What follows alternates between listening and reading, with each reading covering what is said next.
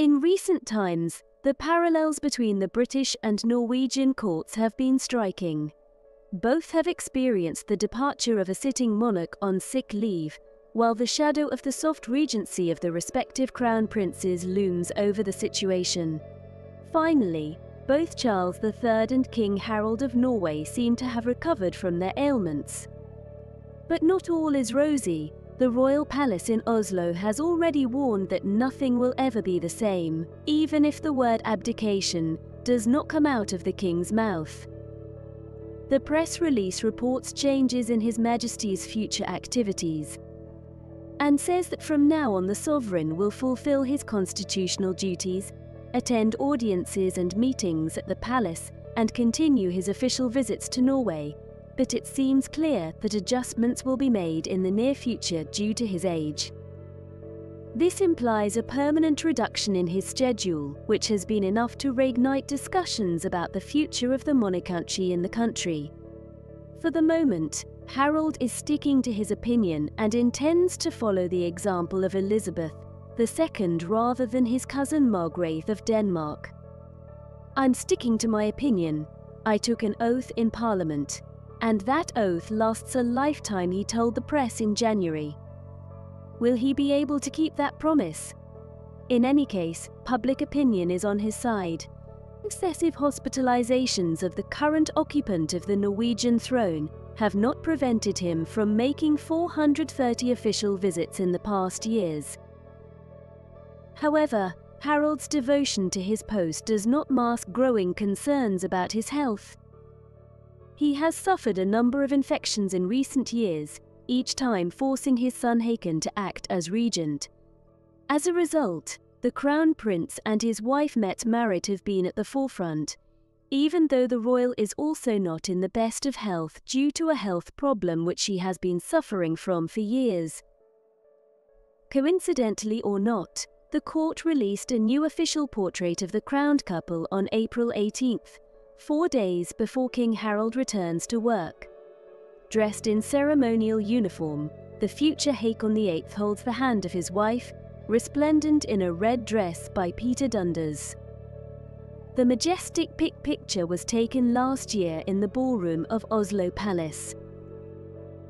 In Harald and Håkon's relationship, a third injured party has emerged in the person of Princess Ingrid Alexandra, who is destined to become Queen of Norway, but is now in uncertainty about her institutional role. When the Council of State met on April 19th, it was the first time since 2007 that no king was present. This was due to the monarch's illness, the Crown Prince's trip to the United States, and the fact that the young princess, second in line to the throne, cannot yet serve as regent. At this point, Ingrid Alexandra cannot replace either her grandfather or father, as the Norwegian constitution states that only the direct heir to the throne can succeed the monarch if the latter is abroad or unable to fulfill his duties. This means that if Håkon is also unable to fulfill his duties, the full government will become the head of state. This circumstance has led the Scandinavian media to call for a change in the constitution. For example, there have been suggestions that it is necessary that the firstborn son of the heir to the throne could take over as soon as he reaches the age of majority. In that case, the monarchy could act at any time. The pressure on Crown Prince Håkon, who works twice as hard, would be minimized, and Ingrid Alexandra could gain valuable experience for her time on the throne. It was written. This request is not unreasonable if you look at some of Ingrid Alexandra's promotion colleagues. Both Amalia of Holland and Christian of Denmark were appointed members of the Council of State when they reached adulthood. Translate to English when Prince Håkon of Norway was born in 1973, his parents King Harald and Queen Sonja already had a daughter, Princess Martha Louise. At the time, the country was still under Salic law, which did not allow women to rule or pass on rights. In 1990, the Norwegian constitution was changed and the Salic law was abolished. A prominent journalist wrote at the time, As in Sweden, Holland and Belgium, not only has the archaeological rule been abolished, but from the moment the new law is promulgated, Swedish princes will inherit each other in the order of primogeniture, regardless of their sex.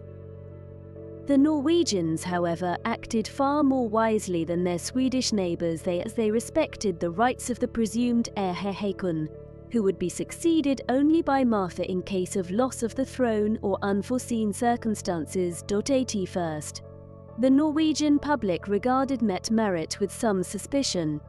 The daughter of a journalist and a bank clerk who divorced when she was 11, Mette-Marit had a troubled past. In 1997, she had a son, Marius. After returning to Norway, she began to pursue various degrees, but never completed any of them. At one time, she worked part-time as a waitress. In her spare time, she is said to have frequented the country's popular nightclubs.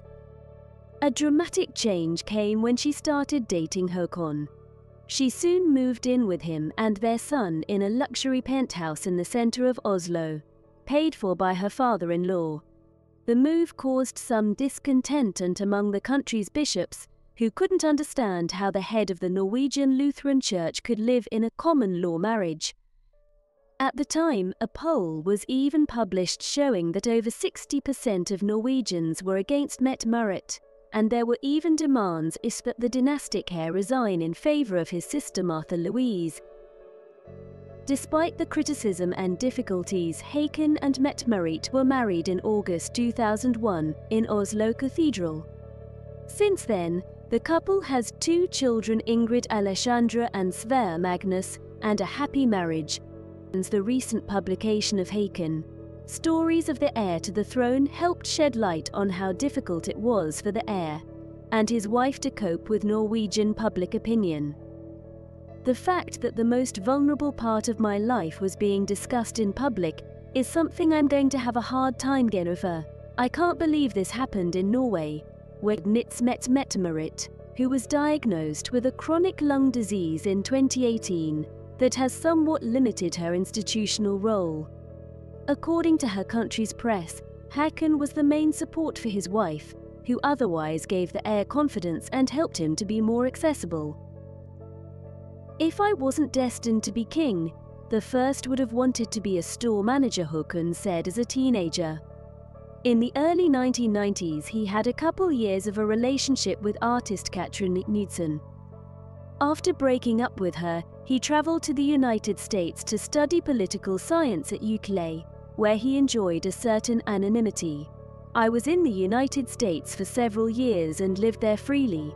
I even had a girlfriend that nobody knew anything about, says Håkon, who a little later became the first future European sovereign to put love before state interests. In conclusion, the current situation in the Norwegian monarchy raises many questions about the future and the role of the royal family in modern society.